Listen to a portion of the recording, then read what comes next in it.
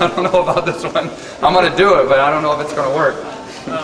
What about the first time you went to the UFC? What about the first time I won? Yeah. No, the first time you went to the UFC. What was that? That was Schonauer, yeah. Well, I mean, I fought on the show against Stefan Bonner, and then my first official UFC fight was Stefan Bonner. I mean, Alex Schonauer.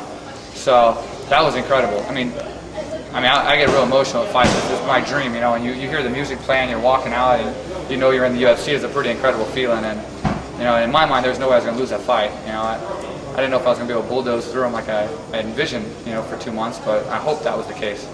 And then Gideon was the next fight, and that was a whole other story. Philip?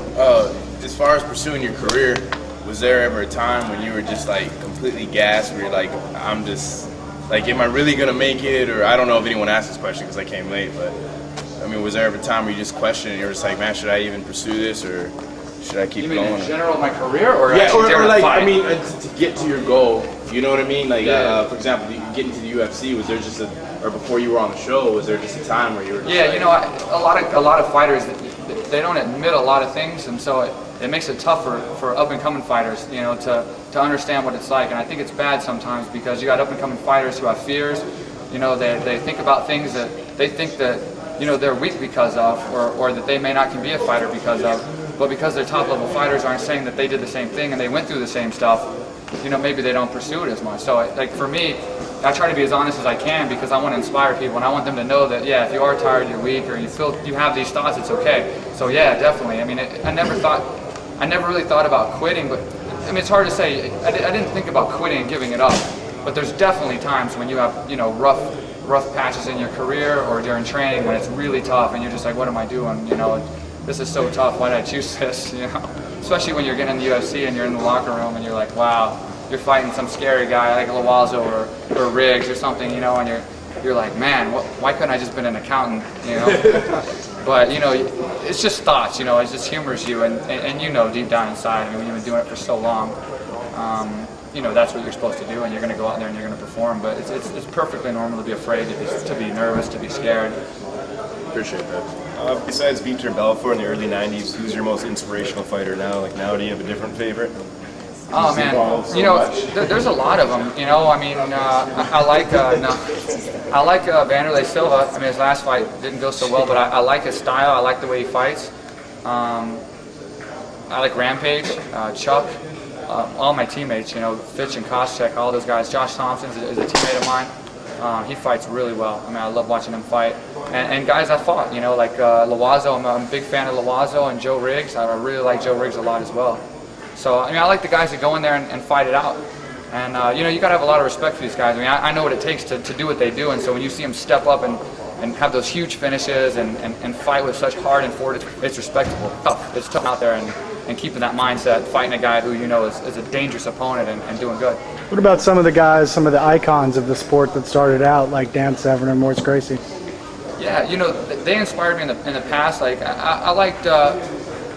in the very beginning, you know, definitely like the Ken Shamrocks. I like Ken Shamrock. I like Royce Gracie, obviously. They were a big inspiration when the sport first happened. Obviously, Royce, I mean, he beat everybody. He wasn't necessarily my style, but I did admire the fact that he was a small guy and he went in there and fought everybody and did really well. And I actually like Pat Smith too. He had a couple of really nice ones. And it's funny, I was in Russia working for the embassy, and Pat came up and fought in the Absolute. This was in 2000. And it was funny because Joe Charles, Pat Smith, and all those guys came up, and I put them up at the embassy, and they were fighting in Russia. It was pretty weird. That didn't mean anything. That just completely went sideways, but I thought I would tell you anyway. Looking back at the beginning of your career, is there any part of your training program that you would have emphasized more that you think would have really benefited you at the beginning?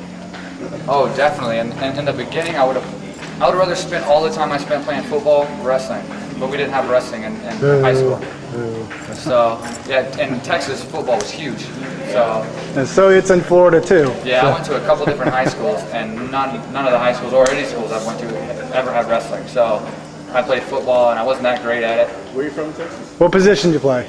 Wide receiver, because I was skinny. Yeah. Then I got a little bigger, and I played cornerback, and then I just tried to, I didn't even care about, I didn't even look for the ball. I just tried to kill every receiver. I was so sick of years of getting hit. I was the worst. I kicked out every game. What part of Texas? From Houston.